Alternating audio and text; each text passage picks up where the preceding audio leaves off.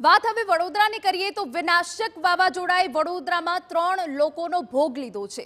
સોમ તળાવ પાસે રિક્ષા પર વિશાળ બેનર પડતા આધેડનું મોત થઈ ગયું। સુભાનપુરામાં પાણીમાં પડેલા વીજ વાયરે વ્યક્તિ અને શ્વાનનો ભોગ લીધો। વડોદરામાં વાવાઝોડામાં વિવિધ બનાવોમાં 7 લોકો ઘાયલ પણ થયા છે।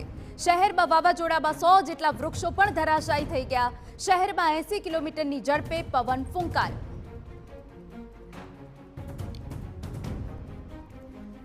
તો વડોદરામાં પણ ગઈકાલે રાત્રે વિનાશક વાવાઝોડું આવ્યું। ભારે વરસાદ પડ્યો કે જેમાં 3 લોકોનો ભોગ લેવાઈ ગયો। સોમ તળાવ પાસે રિક્ષા પર વિશાળ બેનર પડતા આધેડનું મોત થઈ ગયું। આ તરફ સુભાનપુરામાં પાણીમાં પડેલા વીજ વાયરે વ્યક્તિ અને શ્વાનનો પણ ભોગ લઈ લીધો। વડોદરામાં વાવાઝોડામાં વિવિધ બનાવો બન્યા કે જેમાં 7 લોકો ઘાયલ થઈ ગયા। શહેરમાં વાવાઝોડામાં 100 જેટલા વૃક્ષો પણ ધરાશાયી થઈ ગયા છે। શહેરમાં ગઈકાલે 80 કિલોમીટરની ઝડપે પવન ફૂંકાયો હતો, જેના કારણે ખાનાખરાબી સર્જાઈ છે।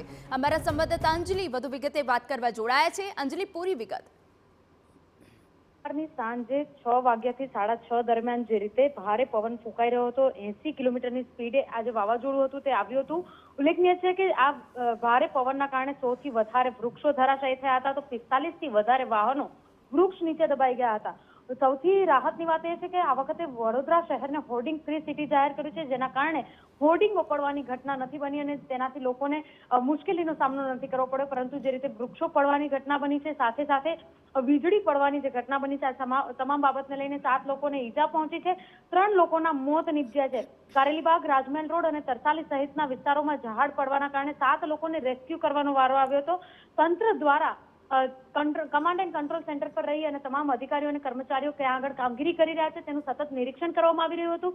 સાથે સાથે જે પ્રકારની પરિસ્થિતિ ઊભી થઈ હતી, હજુ પણ આગામી 2 દિવસ જ્યારે વરસાદની આગાહી કરવામાં આવી છે, ત્યારે વડોદરા મહાનગરપાલિકા દ્વારા પણ કેવી રીતે લોકોને સાવચેત કરી શકાય, કેવી રીતે લોકોને સુરક્ષિત કરી શકાય તે માટેની આયોજન કરવામાં આવી રહ્યું છે। પરંતુ જે રીતે ગઈકાલે વાવાઝોડું ફૂંકાયું હતું, પવન ફૂંકાયો હતો, જેના કારણે ઠેર ઠેર વૃક્ષો પડવાની ઘટના બની હતી અને હાલ ગાર્ડન વિભાગ અને ફાયર વિભાગ દ્વારા વૃક્ષોને દૂર કરવાની કામગીરી ચાલુ છે। પરંતુ વડોદરા શહેરના 125 થી વધુ ફીડરો એવા છે જે બંધ થઈ ગયા હતા, જેના કારણે વીજ પુરવઠો ખોરવાયો હતો। તેમાંથી હજુ પણ 25% જેટલા સ્થળો પર વીજળી પરત મળી નથી। એટલે ક્યાંક MGVCL દ્વારા કરવામાં આવી રહેલી કામગીરીને લઈને જે લોકો છે, લોકોમાં રોષ છે અને લોકો દ્વારા કચેરીઓ ખાતે હોબાળો પણ મચાવવામાં આવ્યો હતો। પરંતુ MGVCLની ટીમ દ્વારા પણ વડોદરા શહેરમાં જે ગઈકાલે પરિસ્થિતિ ઊભી થઈ હતી તેને લઈને સ્થિતિને સામાન્ય કરવા માટે હાલ પણ હજુ કામગીરી ચાલુ રાખવામાં આવી છે। જી બિલકુલ અંજલિ, આભાર। તો વડોદરામાં વિનાશક વાવાઝોડું આવ્યું કે જેના કારણે 3 લોકોના મોત થયા હોવાની વિગત।